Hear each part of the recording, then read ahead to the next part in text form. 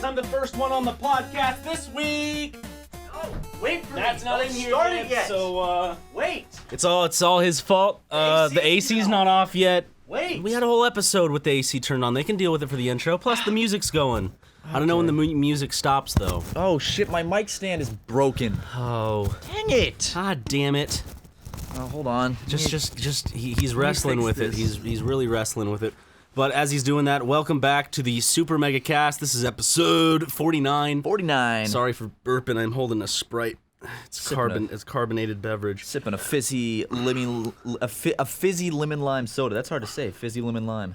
Say that one 5 times fast. But I can save $15 with this can at a Six Flags theme park. That's interesting. Whoa, Ryan, hold up for a second. Before we get into all those funny laughs, let's take a moment to thank our sponsor, MeUndies. You mean the softest underwear you'll ever wear? Yes, they're one of those products you just have to experience for yourself, Ryan. I could tell you about them all day personally, but feeling is believing. In fact, I saw you wearing them the other day. There's all sorts of colors and patterns. Yes, you did see me in my underwear the other day, and they release a new limited edition pattern each month that always sells out. This month is a rainbow confetti print called Celebrate! Oh, I thought we were gonna do it at the same time. Okay, sorry. Yeah, but I was gonna pause and then we both count down. This month is a rainbow confetti print called Celebrate! Alright, that was good. Try MeUndies today. Go get the Celebrate pattern before they're all gone at MeUndies.com/SuperMega, and you'll save 20% off your first pair of these delectable, comfortable underwears. Yeah, you really have to feel them for yourself. And that's why MeUndies has sold over 5 million pairs to date. And if you don't love your first pair of MeUndies, they're free. You hear that? Free, no money. Yeah, but speaking of no money, get 20% off your first pair plus free shipping at MeUndies.com/SuperMega right now for some underwear. That's MeUndies.com/SuperMega.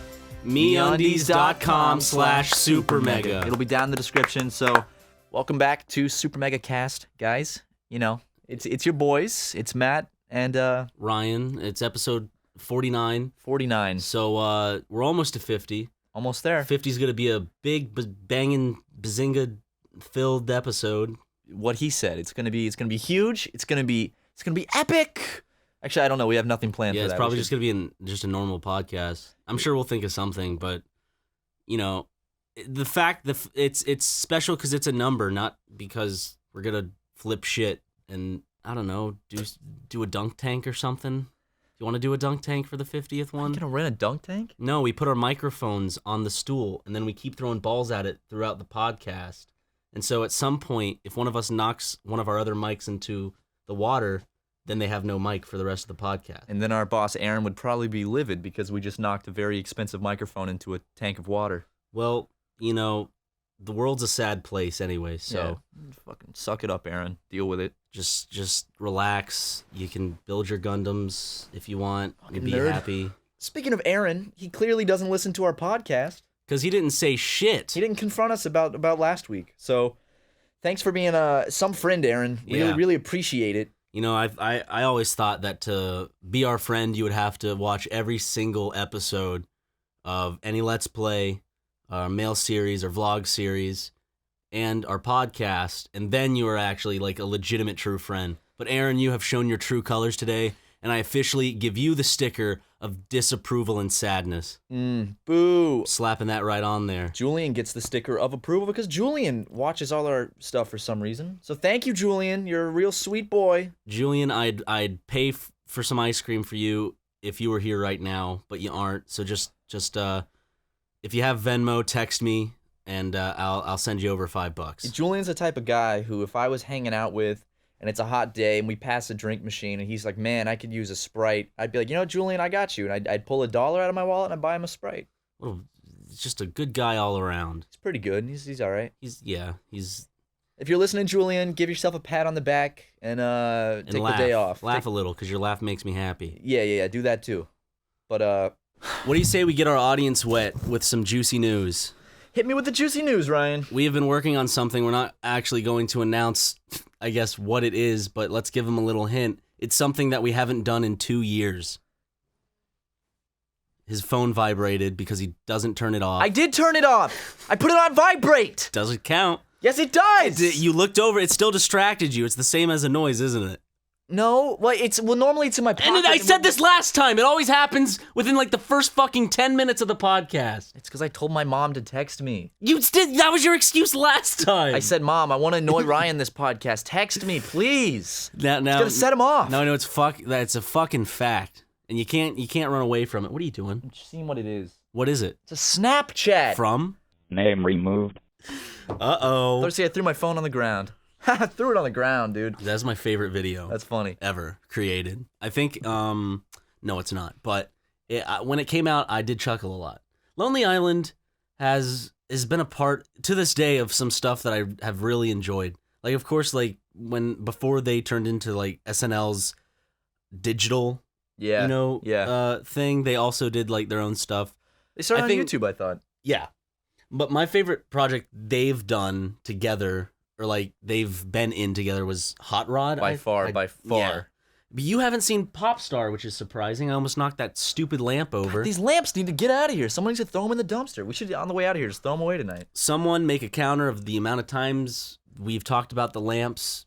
That's not going to happen, because then you'd have to go back and watch every episode and remember. Ryan, you would not believe some people's dedication. That is true. Prove us wrong. Well, even if they put it like they say that they went back and did it, I'm not going to know the exact number. Like, there's no way I can validate it, because I'm not going to go back and listen to everything. They might have missed one, so. That's true. But, yeah, Lonely Island, like, Hot Rod it's got to be one of my favorite comedy movies of all time. It's so funny, and I've seen it too many times to count at this point, but I haven't seen it in the last few years, so I'd like to watch it again and get my current opinion on it. I'm still going to love it, I know that. I'm telling you, I'm serious about this. We need to have a double feature with Hot Rod and Nacho Libre. Because we a few months ago or whatever saw Napoleon Dynamite, and we loved it, and I'm thinking, like, since, I don't know, I feel like Napoleon Dynamite, Nacho Libre, and Hot Rod all exist in this same kind of circle of movies that have this, they give me the same feeling. It's like they're of the same genre, in a sense, just that quirky oddness. Yeah. And like self-awareness, too. Yeah. Although Napoleon Dynamite, now that I watch it again, is definitely separate from that, because Hot Rod and Nacho Libre are definitely more self-aware and more absurdist, while Napoleon Dynamite kind of plays itself not seriously, but it's not I don't know, it doesn't project its self-awareness through the screen. I would definitely put Nacho Libre and Hot Rod more close to each other than Napoleon Dynamite. There's not a lot of movies like Napoleon Dynamite. Napoleon Dynamite's kind of like a film of its own. Yeah. It's like its own weird avant-garde genre. And they tried to do other stuff that tried to emulate the animated series. Did you ever watch an episode of that? I never saw a single episode. Neither have I. Looks absolutely terrible. But they actually got John Heder to voice Napoleon Dynamite on it. Did they really? Yeah, he went back and did the voice, so it was like a legitimate voice. It wasn't a cheap out. They didn't get someone to impersonate him. So I liked him better in School for Scoundrels. I liked him the best in The Benchwarmers. That's a good movie. I was actually looking at John Heder's Wikipedia page yesterday. The guy that plays Napoleon Dynamite. He turns 40 this year. 40? Yeah.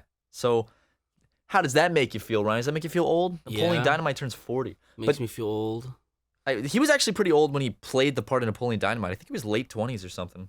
Or Really? how was that movie? That movie came out in 2005? 2004? I can't pinpoint a date. I wouldn't be able to tell you. I feel like it was 2004 or 5. So, yeah, like 12 or so years ago. So I think it was like late 20s when he did that. And it's a shame that he was kind of, I don't know, that was his big hit. That was it. I mean, he's definitely been in a bunch of other stuff, but I feel like he'll always be known as Napoleon Dynamite, and I can't tell whether, like, when that happens to a celebrity, is that a good thing or is that a bad thing? Because it's a good thing in the sense that it's a constant flow of work and a constant flow of attention towards you, I guess, because you become this iconic symbol, but then it makes coming out into other types of work hard. Like we've seen with Daniel Radcliffe coming out of Harry Potter. He's taken a bunch of odd, strange roles, and I feel like he's coming out of the Harry Potter thing pretty well. I'm not saying that, like, the tone of the films that he chooses are still, kind of dark, but I don't see him as Harry Potter. Oh, I don't see him as Harry Potter anymore. And maybe that's because he looks different than how he did in Harry Potter now, because he's a lot more mature looking and older. Yeah. And I was going to say that maybe being known for, like, one role was a good thing, because it means that you were so famous as that role. It means that you were so successful in that role that you're known as that. but also maybe there's actors that have defied that, so maybe that isn't a good thing being known for one role. I don't know. Maybe I mean I don't think it's a bad thing being ultimately famous as one thing. I mean, I don't think Daniel Radcliffe will ever be more famous for anything than Harry Potter, though. Is the thing, you know. But it's good to see that he's found success in other things. Yeah, because he's continually putting out more films. He's like acting. Unless if he has one that I'm gonna go see called it's either Forest or The Forest, or something. Yeah. It's the survival one. I just like him as an actor. I like his emotional delivery. He's good at. He's really good. Yeah, I love Daniel Radcliffe. Well, also another thing about John Heder is maybe he didn't.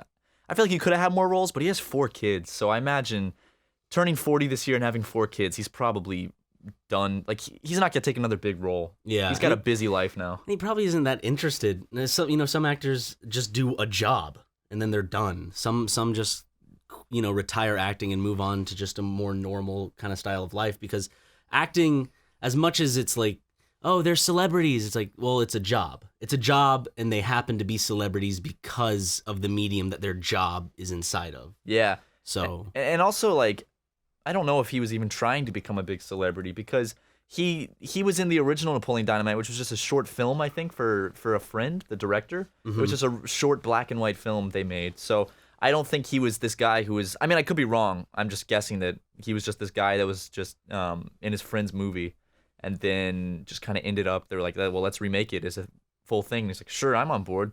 Maybe his plan was never to be this huge actor. You know? I always. I think a lot of the times I've seen that short films have actually been developed into decent films, because if that's true with Napoleon Dynamite, then the same thing was for Whiplash. Whiplash started out as a short film. And then when it gets a full motion picture. Yeah, and then the same thing. I never saw the feature length movie, but Lights Out. It was like this short film where they're turning on and off the lights, and a figure appears whenever the lights are on. Oh yeah. And then that got turned into a movie. I guess I didn't see the reviews, but it's always good to see that people are at least given a chance, because these aren't. I don't know. I see a lot the pattern of studios in Hollywood really just hiring directors that will just do as they're told. Like, their voice really isn't in the film, and that's what makes a good movie. Like when you watch a Steven Spielberg movie or Stanley Kubrick or something, they have that touch. But if there's no voice behind the camera, then it's just kind of noise and entertainment, which I enjoy some of that stuff. I mean, I'm sure we're all guilty of enjoying it. Yeah. But it's always good to find or watch a film that has a dedicated voice behind it, because I don't know, it feels like there's a lot more attention to detail, or just attention to the overall characters and story. Yeah, more, I don't know, maybe it's more passion in it. Yeah. You know, what movie I watched for the very first time the other night, which I'm shocked I haven't seen it sooner, was Superbad. I watched Superbad for the first time, and I absolutely fucking loved it. It's so like funny. What started a lot of their careers. Yeah, like that was, I was bored, I was in bed, I had a terrible headache, and I ordered a pizza, and I'm like, I'm just gonna watch something. So I put on Superbad, because I remember when I was younger, my sister and I like shared my dad's work computer for fun, and she had an iPod video, like one of those big clunky old ones, and I just remember she had like one of the only videos she had on there was Superbad, and I always wanted to watch it when I was younger, but I knew I wasn't allowed, so I never touched it. I was a good God-fearing little boy, wouldn't watch Superbad. But I just finally watched it at the age of 21, and it's like 10, 11, 12 years old now. Oh, yeah. And it still holds up so well. It's so funny. I'm glad I haven't seen it since it I think I watched it 2 years after it came out. Oh, we should watch it again. It's so funny. Because I definitely haven't seen it in a long time. It's one of those movies where like I'm looking back at it and I can, feel the kind of picture myself, and I definitely enjoyed it when I was watching it. But I'm interested to kind of go through it again. Yeah. Because my mind changes a lot with films. Like, I've noticed, because I've gone and revisited a bunch of my childhood films, and some of them just aren't like, I'm like, whoa. Woo! Not Kangaroo Jack, though. No.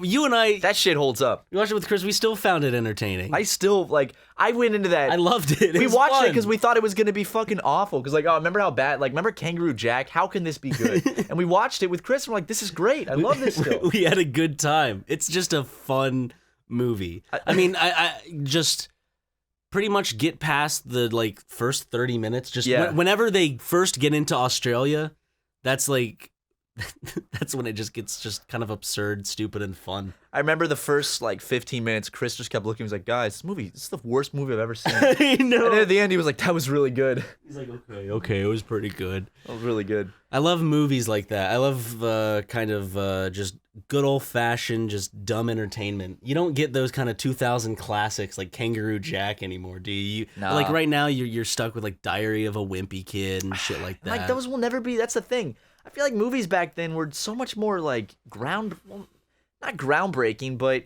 it's just like they stood out more. Because it's like, hey, let's just do this. Okay, do it. Yeah. But now, since studios have like schedules, like have you seen those fucking things?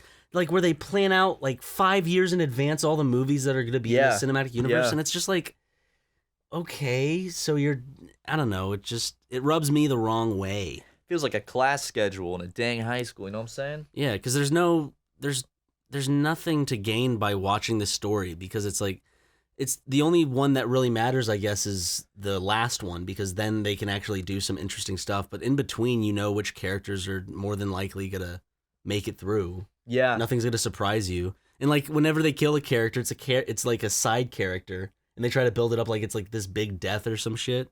Yeah. Gotta love those I'm really getting tired of comic book movies. You've never been a fan of them. I don't know why. I've just never been into them. They've never attracted me to want to see them.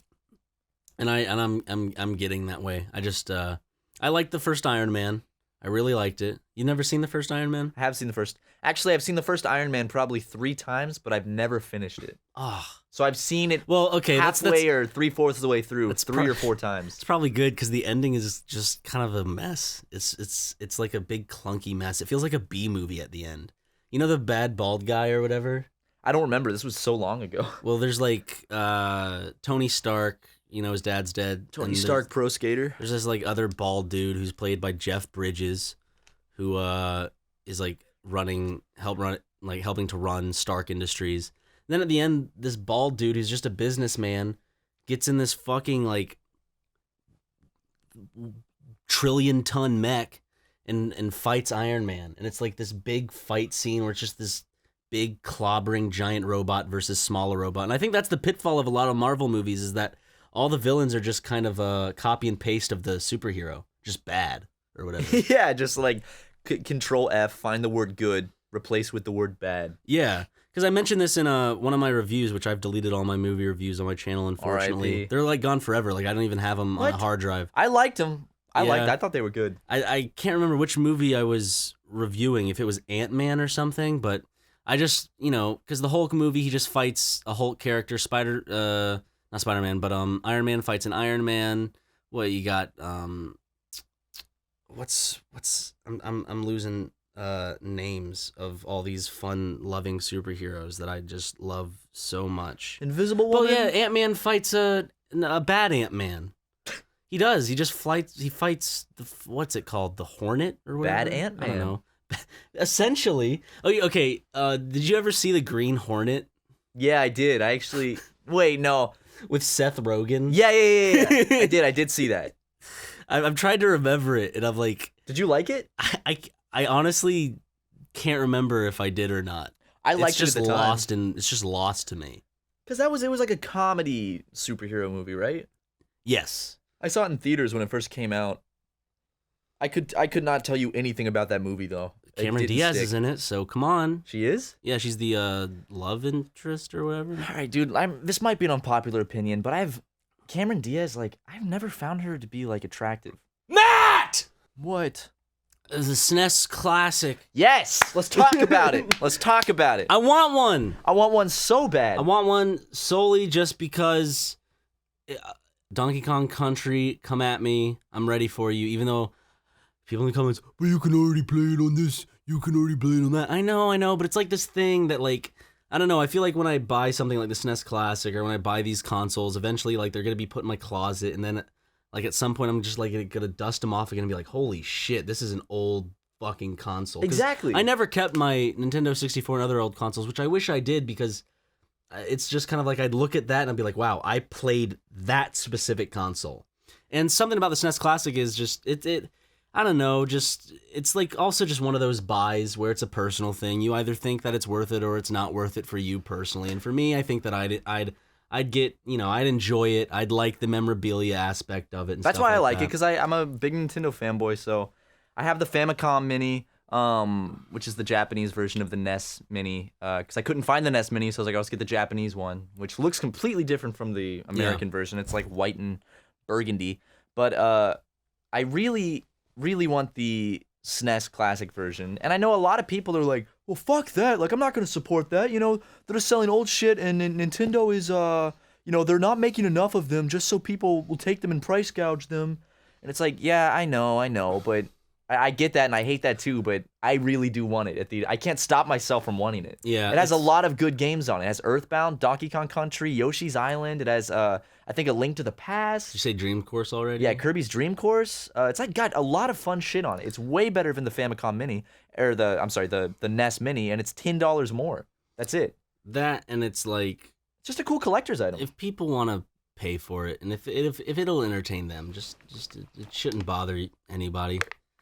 Except for if some of that money is going towards abortions. Yes. Ew. Well, Nintendo actually donates about 50% of their proceeds to directly fund abortions. So. Yeah. Look that up. That's true. Miyamoto is pro-abortion. He's not even pro-choice. He's straight up pro-abortion. He always wears those pro-abortion T-shirts at E3 during the conference. Says, I want dead babies. And he always points at it, like, awkwardly on stage when he's showing off a new game. And then the translator, like, Miyamoto starts speaking in Japanese about abortions and how much he loves them, and the translator's like, yeah, anyway, the new game, just pretending he has to translate and just come up on the spot with something else, because Miyamoto's always doing that, and then backstage, he's like, Miyamoto-san, you have to stop doing that. And he doesn't understand, because he doesn't speak English, so. It's just I like... But then it turns out that he just likes the design of the shirts. He doesn't even know it says abortion. Yeah. Because does he speak English? Not very well. Just like a little don't bit. think he can. Yeah, Because he always has Bill Trinan translating for him. Yeah. I think that if Miyamoto were to ever hear this, it would probably like break my heart, because I love that man so much.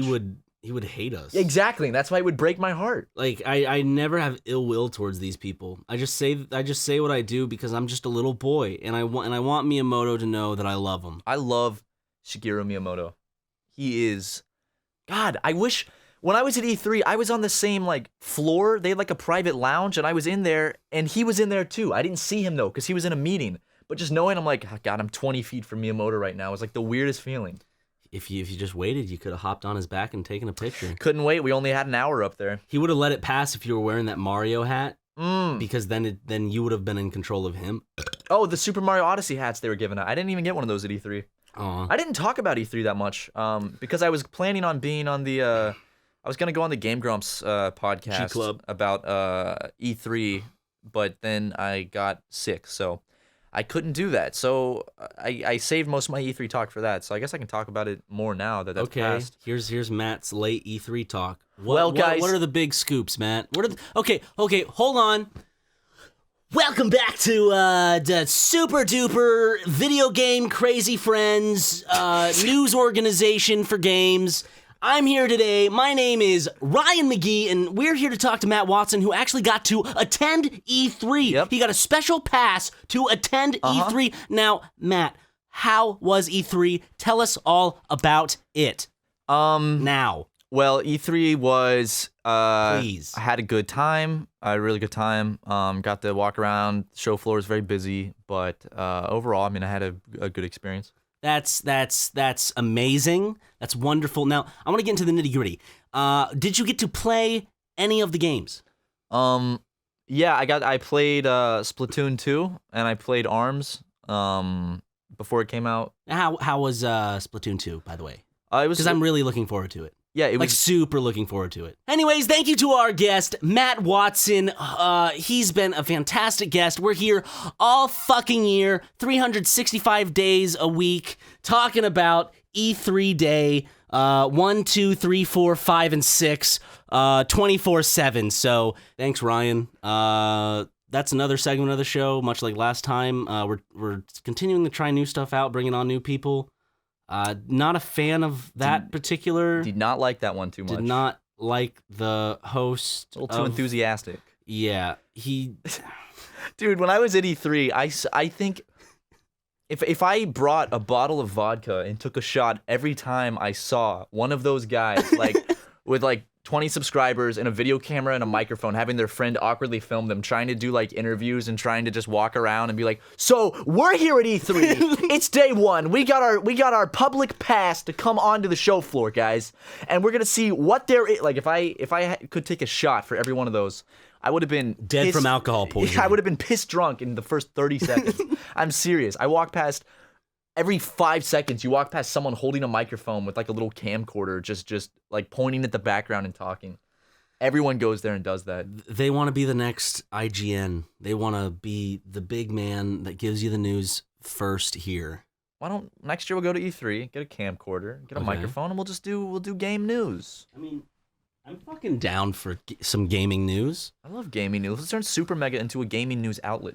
SuperMega goes to E3 dressed as Chewbacca. Oh, that would be funny. That one would be good. Right? Yes. And then we take our mask off and it's us the whole time, and then people they go, "Oh my god, that's SuperMega!" We could have said hi to the Chewbacca people, but we didn't because we didn't know they were SuperMega at first. Oh man. Fuck. Although I do think it's pretty cool when like legitimate celebrities do that, like Bryan Cranston wearing the Walter White mask around. But like, he did that? I didn't know that. He did that at Comic-Con. He just wore a Walter White mask, but it was really him? Yeah, it was just some like Halloween store looking Walter White mask. He just walked around. Oh, that is amazing. There's a few stories of celebrities doing that, but I never know if it's like a PR stunt or if it's like them legitimately, like their personalities, them being kind of like, you know, fun and like, I want to go and just kind of walk around and just for me and this like a little fun experiment for me. What do you say we get masks made of ourselves and then we just walk around? That sounds good. Everyone look at the mask and say, "Who the hell is that?" Say, what is that a mask of? Who is that? Just two average white men? Conan O'Brien and JonTron? That's always the comparison, is Conan O'Brien and JonTron. If I had red hair, I would nonstop just be mistaken for Conan O'Brien out in the streets. Your grump head does look like Conan O'Brien. It looks exactly like Conan O'Brien. And everyone thought that it was... They thought that the first time we went on Guest Grumps, right after we started SuperMega, people thought that it was a Guest Grumps with JonTron and Conan O'Brien. Yeah, like that was John's new head or something. They're like, "John's back, and so is Coney. He brought his friend Conan. Brought his friend Coney O'Brien. Coney 2012 on Guest Grumps. They should get Joseph Coney on Guest Grumps. Oh, I wonder what he's doing now. Probably dead somewhere in the mountains of Africa, if I'd guess. If he is actually dead, then you're gonna feel bad. No, I'm not gonna feel bad. The man's a monster.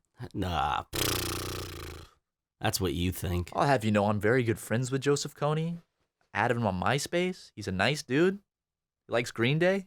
So can you lay off his case? He's best friends with Ray William Johnson. You mean Gay William Johnson? Hey-yo! Damn! Woo! God. What is Ray up to? God, I don't know. Let me call him up. God, Ray, like what is he doing these days? He was in that movie with R.J. Mitty. Oh yeah, the kid from Breaking Bad, the son, Walter Jr. But he's a funny man. Not like I don't think he's funny. I'm saying, I don't know, his whole persona and the way people have kind of made him out to be now as kind of like this just sad, just failure. Does that sound mean? Yes, that sounds very mean. But it's like, you know what I'm talking about. No, I know exactly what you're talking about. Like when you think like just Ray William Johnson, if he wanted to come on the podcast, I would have him on without a doubt. Oh yeah, I would get Ray William Johnson in here in a heartbeat. Me and my friend Christian used to legitimately just like hang out and watch Equals 3. I'd watch Equals 3. Like back in like 9th grade, we'd just sit down and watch Equals 3, and we, I would laugh so hard. And the part where he goes, and Google Plus, and then he'd smack the Google Plus icon. Yep.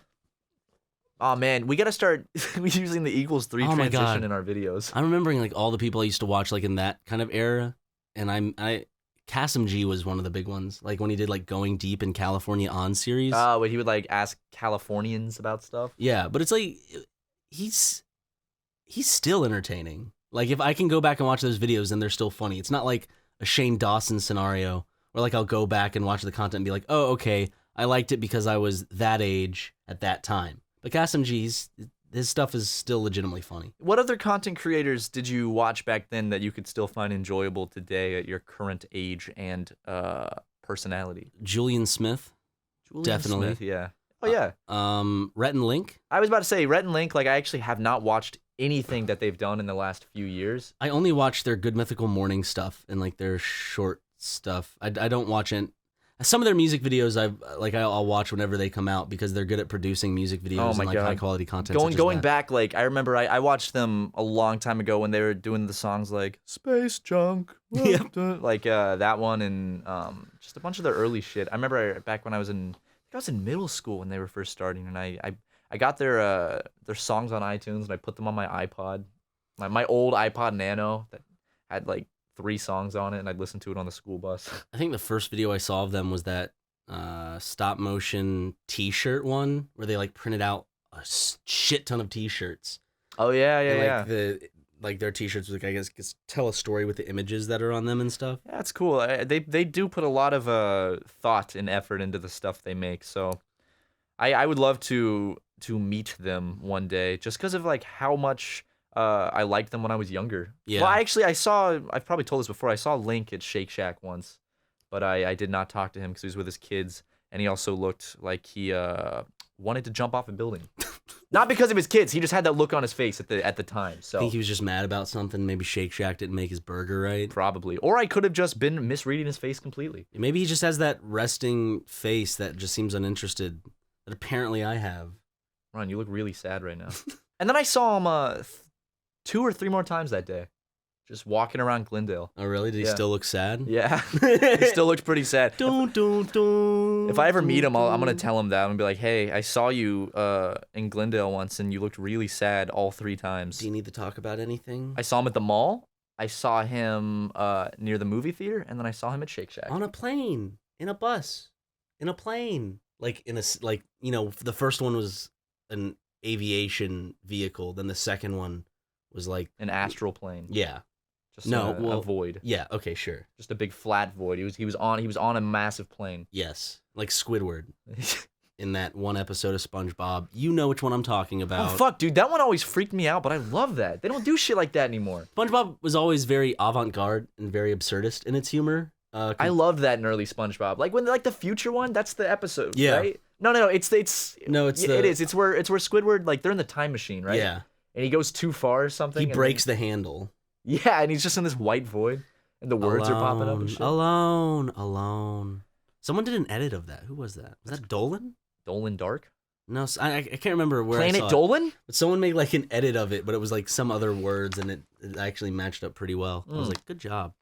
You know who we still got to get on the podcast? A lot of people. We got to get Dolan Dark, because he said he would be on the podcast, and then just never really set that up. So I know a lot of people have said they'd be on our podcast, but we need to continue to have people back. I'd love to have Frank back. I miss Frank. Yeah, you actually got to get sushi with him. I got sushi with him. Ago. I was violently ill that day, but I didn't want to cancel my plans because I hadn't seen Frank in 6 months or I haven't it had seen been a him long over time. that then because I don't know. It's just I'm horrible at when me and another person were like, hey, let's hang out next week. Then neither of us were initiated. Follow up on Yeah. that. And then it's like, oh, okay. Then nothing happens. I kind of do the same thing. I'm bad at initiating that second wave of, okay, let's hang out. type of thing. Yeah. I'm always down. I'm like, okay, sure, let's hang out next week. And then I'll say nothing, they'll say nothing. It's gone. With Frank, it's we hang out with him and we have a blast, and we're like, dude, why don't we hang out more? Let's hang out more, and then we just don't. You know? It's we'll get lunch with him, or he'll come over and hang out with us, and we'll just be like, God, dude, I love you, Frank. Why don't we hang out more? Yeah, let's hang out more. What are you doing next week? It's I don't know yet. Okay, well, let's get together, and then just nothing ever happens. Yep. But I got sushi with him, had a nice talk. Same old Frank. You went to Kula. Right? Little Tokyo. Kula's always just absurdly busy. It to is. a point where it's the sushi's not that good. It's the best sushi I've had in LA. Oh, for I me. wouldn't go that far to say it's the best quality sushi out here. Oh, I think it is for sure, but that's my Oh. opinion. So Yeah. Well, your opinion's wrong because quality can be judged and measured and Nope. yeah. Kula has I'm very high sorry. quality sushi. I'm sorry you feel that way, Matt. That's my opinion, Ryan. And For it's right. for a guy who went to Japan and had all sorts of fun little snickerdoodles, I'm surprised that Kula is well. You also haven't gone to many places. I forget that you haven't gone to like that many sushi places in LA. Yeah, I haven't. I've been to like 3 or 4, but out of the ones I've been to, I think Kula's the best in my opinion. Of just the quality of fish and everything like that. Yeah, just fish, rice, the way it tastes, I like it the best. Oh, And price, it's got good price. it's a good place. I wouldn't go as far to say it's like the best. It's definitely up there. Probably like top 3 for me of places that I would like to go if I have a craving for sushi. Like Kula is that place where if I have a craving for sushi, it'll like meet it. It'll be like boom. Okay, Kula is the first place in my head that I can go because the prices are good and the quality of the sushi I think is above the price type of thing. Yeah. So I had the best sushi of my life, and I was in Shibuya, which is a real busy part of Tokyo. And we went to this restaurant called I think it was what was it? Weibo or something? I don't remember what it was, but it was this rotating sushi bar, and every plate was like a little less than $1, I think. It was the fucking best sushi I have ever had. It was unbelievable how good it was, and they had so many different types of sushi you could get. I want to go for the ramen. I love ramen. Oh, I like ramen. I've never been like crazy about ramen for some reason. I don't know. It's just a big bowl of soup, and I can put whatever I want in it. I did lovely. go to a ramen place that's like very famous, and usually it has like a 2-hour wait. But me and Christian went at just the perfect time where there was no wait and not that many people there. Yeah. Where every person gets their own booth essentially. So it's like a bar with little like walls, and you have a little window in front of you, and they you give them your ticket through that, and then they bring it through the window and like put a little curtain down so they know you're eating. They put the curtain down so you can't see them and they can't see you. Yeah. And you just sit there in your little booth and you eat this ramen. It's fucking incredible. And you buy it with a ticket before you go in. So you go to a machine, a little touch screen, you pick what you want, you put the coins in, gives you a ticket, and then you just hand it to the people through the window, and then they just bring it to you. That sounds fun and delicious. It was. But man, I love me some good sushi. I like sushi more than ramen. Yeah. Do you like ramen more than sushi? I think I like them equally. It's just, I guess, dependent on the mood I am. Because I love sushi and I love ramen. But there's those times where I'm like, hey, you want sushi? No, I really don't feel like sushi right now. Or, do you want ramen? No, I don't feel like ramen. Because like, I don't feel like ramen, I can have sushi. If I don't feel like sushi, I can have ramen. Like, here's the thing about me. It's like me. a trade-off. Just depending on my mood. I don't get it. I don't know why. Doesn't even matter how hard you try. Keep that in mind. I designed this rhyme to... Okay, I don't even understand why I'm not a huge fan of ramen, because I don't get why I wouldn't like it. It seems amazing. You know, it smells amazing. It is amazing, but I'm never in the mood for it, ever. Are you more a fan of like udon then? I like udon, but not even then. It's like, I have to be in the mood, and I'm not in the mood for it often, because, you know, like a lot of our friends will be like, let's go out and get ramen, and I'm always just like neutral to it. I'm never like craving it, and when I do crave it, I love it, but other than that, I don't know. I'm not a big fan of ramen. Maybe it's because it's like too much, and I never finish it, so I'm always like intimidated by the ramen. I definitely crave sushi more often than I do ramen. Like I'll crave ramen like once a month. I'll crave sushi like once a week.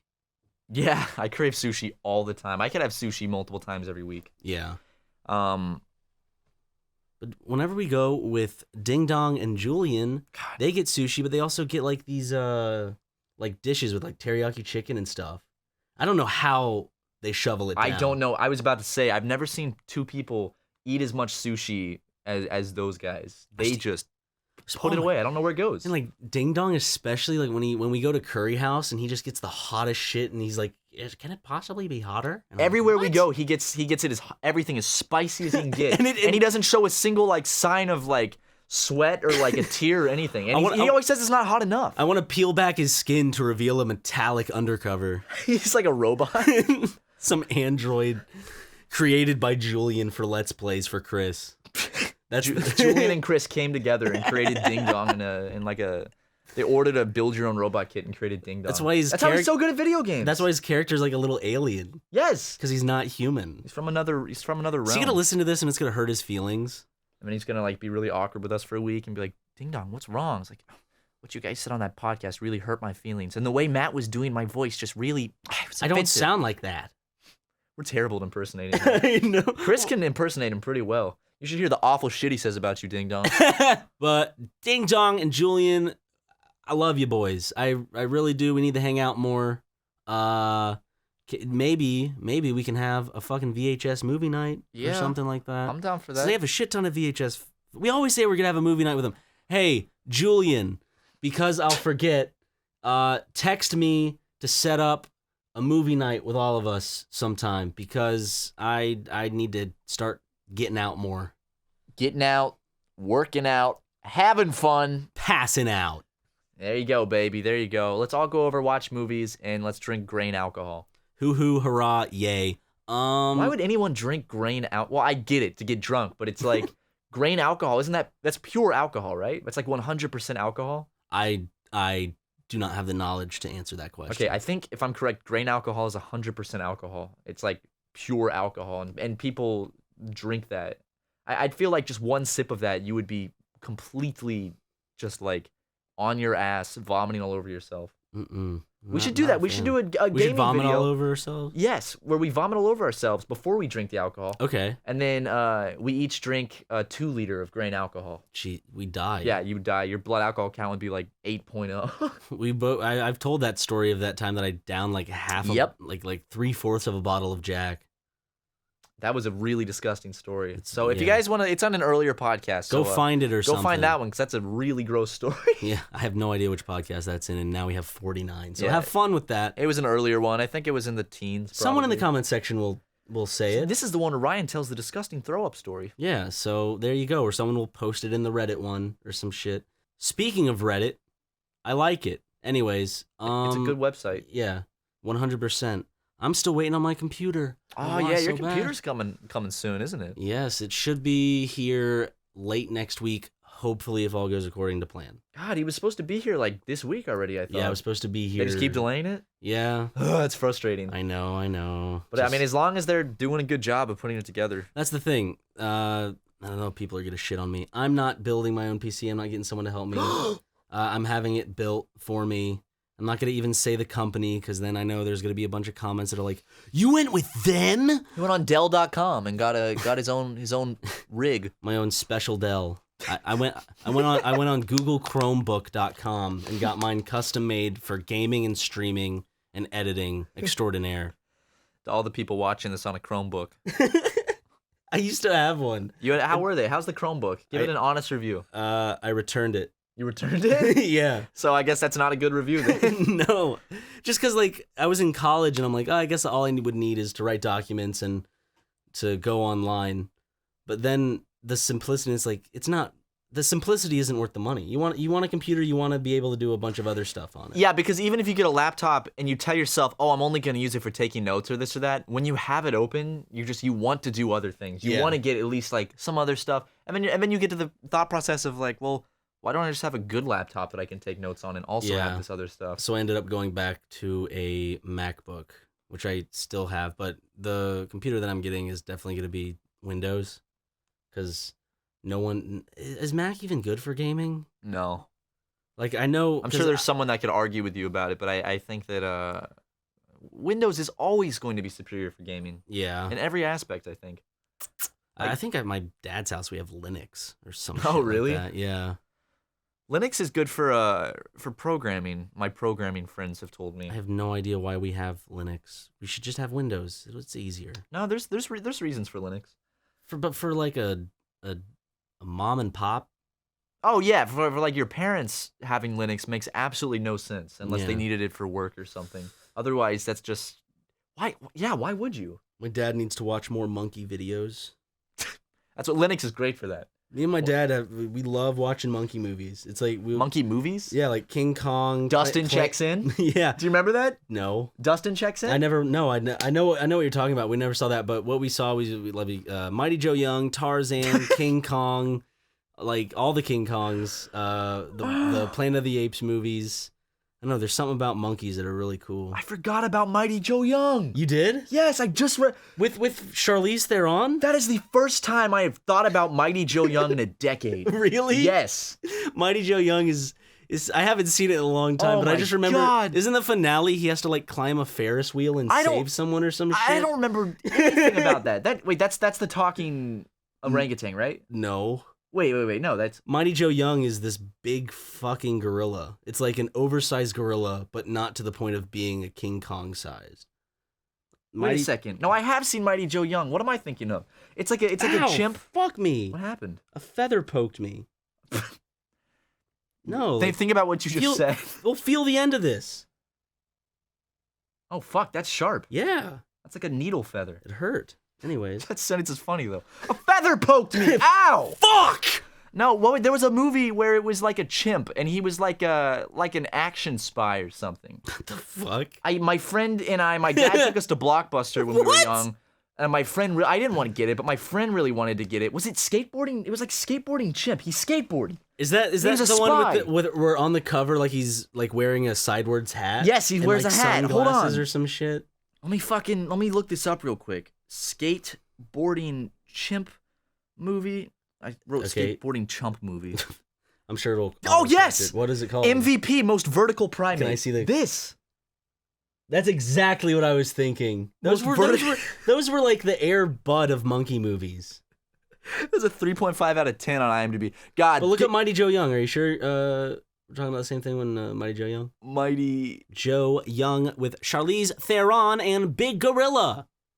Mighty Joe Young. I have not seen Mighty Joe Young. Never mind. Tisk tisk. I'm so. Oh no. The remake. Yes, I have seen the remake. Okay. Oh wait. What? Yeah, no. There's an old one. Yeah, there's an older one. I have seen the remake, but I don't remember anything about it. All I remember is that I think there's a Ferris wheel that he climbs at the end. I think. He rips the girl out of it and throws her to the ground. And that's how it ends. Something like that. She like breaks her neck. Did you see The Amazing Spider-Man 2? No, I did not. I saw The Amazing Spider. Good. Okay. Good. I'm sorry that you also had to see the first one. No Spider-Man movie will top Spider-Man 2. I'm sorry. I'll mention that. 3. Oh, I forgot about 3. What a classic. But legitimately, Spider-Man 2 is... it's going to be hard to beat. I don't... You haven't seen Again, Spider-Man that's another 2? one of those movies that I saw it when it came out. Spider-Man 2? Yeah, and I don't remember With anything Doc about it. Ock? No, I watched it at my cousin's house now. I remember it now. And like it had that very morbid scene where the claws were flinging around a bunch of surgeons and killing them. Yes. It's like very disturbing. Dr. Octagonopus. Blah. Woo! Woo! That's funny stuff, Remember when that popular thing that everybody knew about existed? God, man. Most vertical primate. Who came up with that name? MVP. It's like they wanted a genius.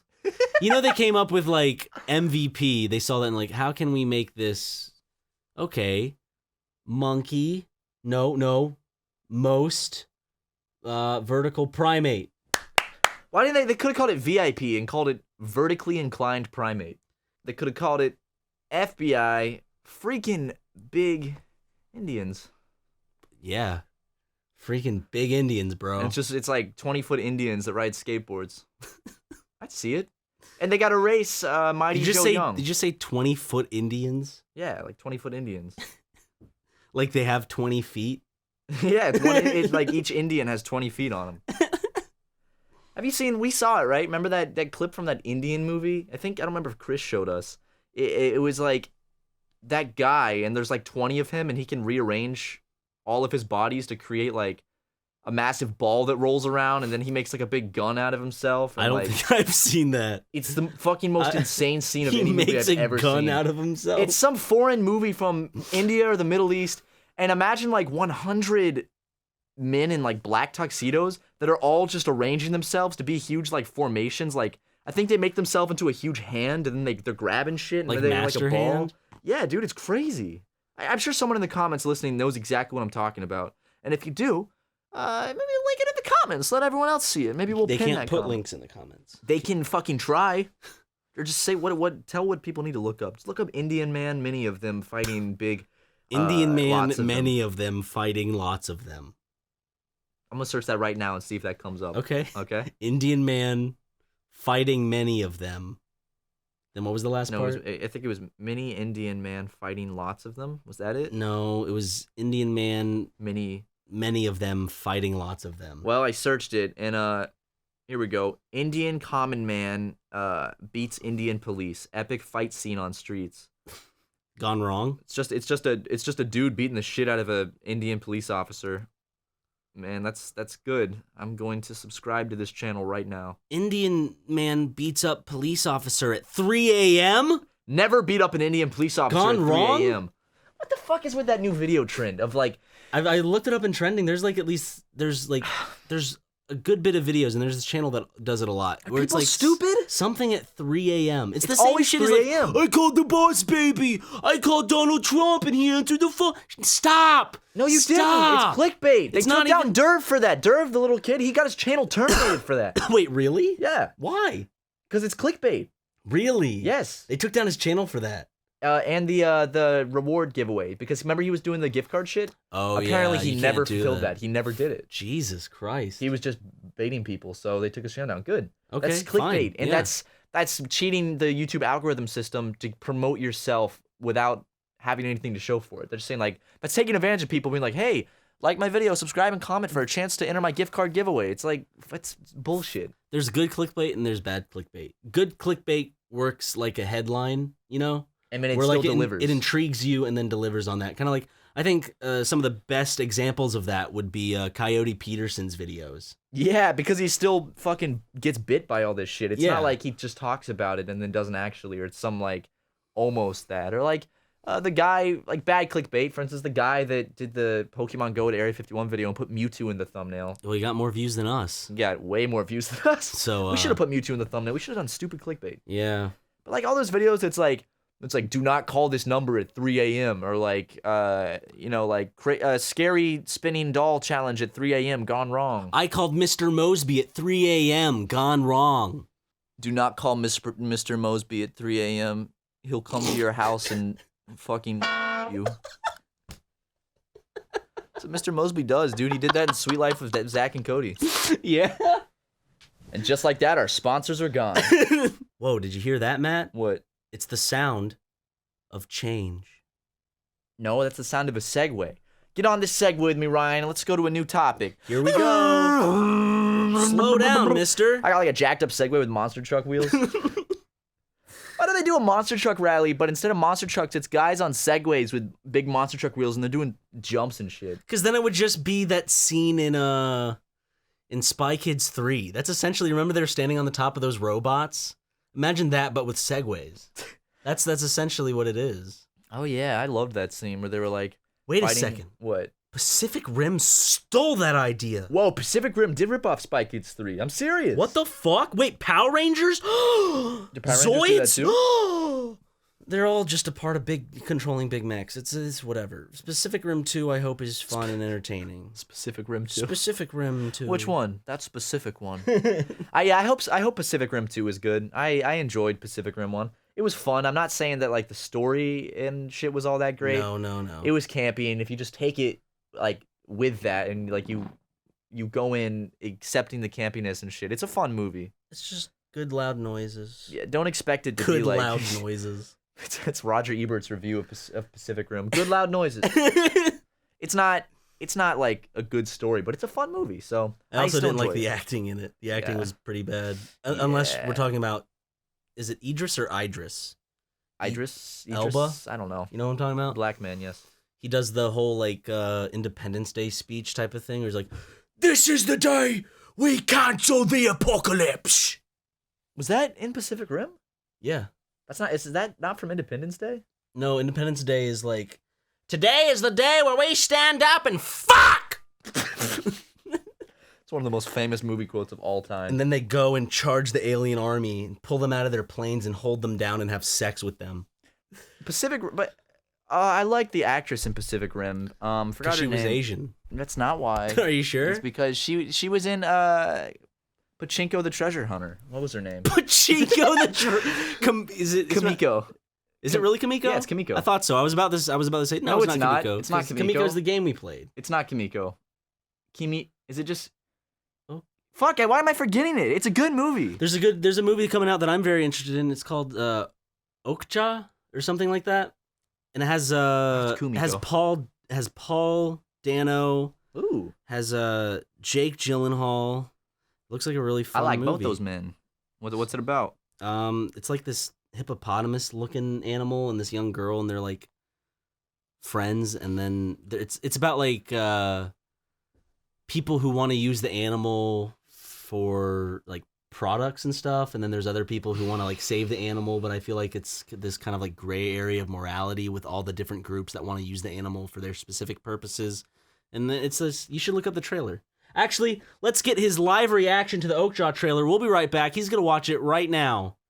Man, that was really good. No, you didn't watch it. You're gonna watch it. Fuck you. I'm actually okay. Is it Paul Dano or Dano? Dano. Okay. I love Paul Dano. I want to see him in more shit. Oh, Paul Dano's great. I loved him in Swiss Army Man. I loved him in There Will Be Blood. He's a good actor. Did you see Little Miss Sunshine? I did. He was great in Little Miss Sunshine. Fuck! That's when he can't be a pilot. He's a stupid colorblind idiot. He shouldn't have been born colorblind. Okay. Anyways. All right, let me watch this. That looks awesome. Yeah, I'm super excited for it. Okay. Netflix puts out some good shit because they Netflix is doing good. because they can take risks, unlike studios. Because their movie, it's not like their movie didn't do well. It can only, I guess, be rated poorly. Yeah. But they're already getting money. Their money solely comes from the viewer base and like advertisers, I guess, and stuff like that. So they already have the money there. It's not like, we can't do this anymore because the funding for this show is bad, blah, blah, blah, the ratings, that type of thing. Netflix's original stuff is fantastic. I remember Some of it is utter shit, though. Yeah, no, they have some bad stuff. But I remember when they first announced they were gonna make an original series, I was just very like, I mean, it's never gonna be as good as like a real movie or this or that. And they've completely, and a lot of occasions, proven that wrong. With You know, I like Narcos. Narcos is incredible. That's I a love wonderful Narcos. show. That was a fun show. If you like Breaking Bad, you should go watch Narcos. It's about Pablo Escobar, the drug lord from Colombia. The protagonist in that show is actually one of the antagonists in Logan. Really? Yeah, which is I really still feel like you should give Logan a shot. It doesn't feel like a superhero big bombastic movie. It's like it's its own. It's not like its own thing, but the genre's more like a Western. It's more of gritty, I guess. It feels like an actual story, and it feels like a legitimate movie than big fun action pack because it cares about the characters and it cares about what's going on. So I haven't seen Wolverine. Do I need to see any of the Wolverine movies first? I say no. You can go into it blind. Because that's what stops me with that sort of thing. Is like I don't care about Wolverine. I don't really give a shit. So I don't want to have to watch Wolverine movies just to see this one movie that I wasn't even super into in the first place. I feel like Logan definitely can stand on its own. You just, I guess, need to know, the basics about Wolverine, that he's pretty much invulnerable because like of this stuff. He's made out of what's the name? Antihistamines. Adamantium? Adamantium, yeah. And so that's, his bones are replaced with that, and he has, those claws. That's pretty much it. This is like one of those movies. The best way I could describe it is, imagine a movie where a superhero is past his heyday, and now it's just kind of like a more bleak kind of look and that type of thing. Well, everyone I know that's seen it says it's wonderful, so Yeah. I should give it a try. I recommend it. Did you see Watchmen? I did not see Watchmen. Ah, dude, big blue dick. I told you what I got to do is I just have to make a huge list of all these great movies I haven't seen and just take like a month and just watch them all. So then finally, all these movies I've missed out on that everyone else has seen, I've seen them, I know about them. I'll get the references when people make jokes. I still haven't seen Pulp Fiction. You fucking guy! Or Reservoir Dogs. Oh, what? Ryan, oh no. But I've seen- you would love those movies. But I've seen both the Kill Bills, so that's cool. Okay, so you've seen Inglourious Bastards. That was the first Quentin Tarantino movie I saw. So And you've seen- I think it's my favorite. Oh, I would not say. So far, it is my favorite. Yeah, wait until you see Pulp Fiction and Reservoir Dogs, because those are both fantastic Tarantino But you haven't movies. seen Inglourious Bastards. I have seen Inglourious Bastards. Oh, have you? Just not all the way through. Yeah. I think I saw 2/3 of it, and then at the time when I was seeing it, I had to take a very important phone call, and my friends kept watching it because I wasn't gonna make everyone stop watching the movie because I had to take a phone call of pressing matters. So I just went outside and took the phone call for like an hour and missed the whole end of the movie. Yeah. So, but you definitely, we need to watch Pulp Fiction. I've seen it like. That was one of those movies where my parents were out of town back when I was in high school, and I watched it for the first time And you're just like, because I was bored, and I was like, I'll just watch Pulp Fiction because it's classic. I've never seen it. I watched it. And I just remember by the end of it, I was like, oh my God, that was an incredible movie. Yeah. And I remember I called my dad the next day and talked about it with him. He's a great director, so. He is. I love Tarantino. I feel bad that I haven't seen the stuff that he's, I don't know. Pulp Fiction's his biggest. It's like thing, if you talk to me and I say that I like movies and I like Quentin Tarantino as a director, but I haven't seen Pulp Fiction. I know a lot of people are just rolling their eyes and then just gonna kind of. There's those types. You don't have to see every major big famous movie to feel like it helps talk though. about movies. Yeah. Yeah, it definitely helps, but I mean, you're still young. Yeah, I'm gonna go see Baby Driver tonight. I'm so fucking excited. Oh yeah, for that. I want to see that really bad. I'm gonna go see. If you go see it again, I'll see it with you. I can't tonight, but I'm probably 100% going to see it again because it's Edgar Wright, and as long as it's entertaining, I'll go see it again. I've been a fan of all of Edgar Wright's films. From Shaun of the Dead, Hot Fuzz, Scott Pilgrim, The World's End, Scott Pilgrim. Man, dude, it's almost like we should do a movie review series. I know. Isn't that crazy? I have mentioned that I'm going to do movie discussion streams. So it's I'm definitely getting more into that mindset of I want to do something in terms of discussion with movies. And I really want to do a show on Super Mega. But as I said, it's just this thing where I'm so lost in the setup for what I want what I want the show to be. And just, I don't know, I don't want it to be, too much like other shows. I want it to have its own vibe. But I feel like that's more in the personalities. Yeah, 100%. It's just one of those things, too, where it's like the moment I start talking about movies, I'm just, all of a sudden, I'm afraid that, I know it won't do this, but it's still a fear that it'll take some of the enjoyment out of it because then I feel like my views are going to be looked under a microscope type of thing. Well, you don't even. I mean, at the end of the day, they're just your opinions on a movie. Yeah, it's just so those. If someone else doesn't like them, obviously people are going to disagree with some of your movie opinions. Yeah, because they're your opinions, and that's what opinions are, and people have different opinions. So I'm just more a fan of discussion rather than how could you think that movie was bad or good. I've done that before, but that's with stuff where the movie is obviously horrible. And people are like, "What?" It was my mom does this. She went to go. Oh, there's some movies that she sees, and I'm just like, what? She's like, oh, what was it? She was like, you want to go see Boss Baby? I'm like, what? She goes, it looks funny. And regardless of your opinion of Boss Baby, I saw it. I mean, it was all right. It was what it was. But if you look at a trailer to that stuff, and you're like, that looks fun, I'm like, what? Does it? I guess the marketing is not, definitely not geared directed towards a 23-year-old man. So obviously I'm not gonna like it. But as we've mentioned a ton of times before, being a kids movie is no excuse for a movie to be lazy or pandering in that sense, because there are tons of kids movies out there, even back with Disney and stuff like that, like classics that had a more kind of adult storyline. Even though I guess the only thing that made them feel like kids movies is they didn't curse and they had songs in them, but the songs still, I don't know. There's that difference, when you go see a kids movie and at this age and you're like, this feels weird seeing it. I feel like I wouldn't feel that way if I went to go see The Lion King or something like that. Or the Rugrats movie. Yeah. Yeah. Or just those types of films. But today when I go see a kids movie, I definitely feel like there's this big disconnect between my age and yeah, because they're more marketed towards actual children now, I feel like. I mean, maybe they were and we just grew up with them, so it doesn't feel that way. But I just feel like a lot of movies are more marketed directly towards young kids, dumb young kids. Yeah. Don't eat it up. Instead of let's make a movie that kids can enjoy and also their parents going to see it with them will enjoy type of deal. Like a family movie. Yeah, a family movie, not a kids movie, a family movie. That's a good separation. And I feel like more of them are switching over to the kids side of the spectrum than just kind of keeping it, a family film. Yeah. So, we're both wanting to do this movie review series. I know it's you guys have been saying you're going to do this for a while. Eventually, it's going to drop on the channel, and you guys will be like, oh my God, it's finally here. Get 3 views. Yeah, and so, I mean, it's eventually going to drop.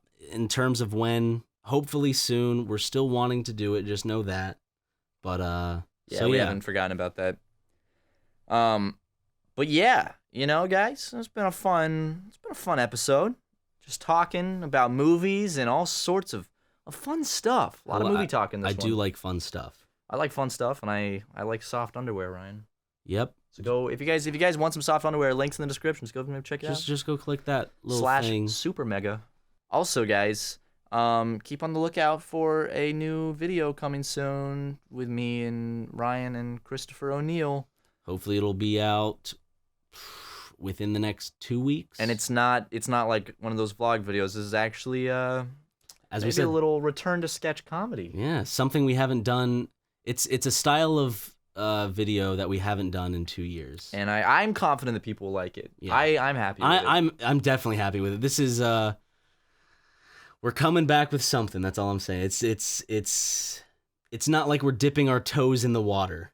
It's it's not like we've been gone for a while. Let's just test out what we're doing. We're going all out. Just with throwing this. the door right back open. So keep on the lookout for that. That's gonna be dropping soon.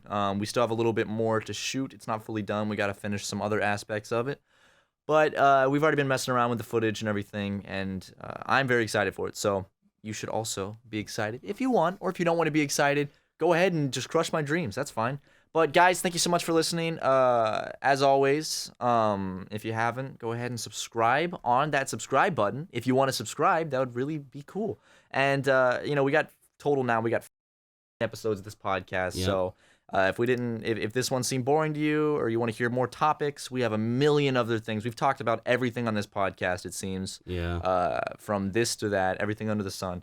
So just go dig through them, find something you like. I'm sure you'll find maybe something that'll make you crack a grin. Julian, as always, we love you. Thank you for listening.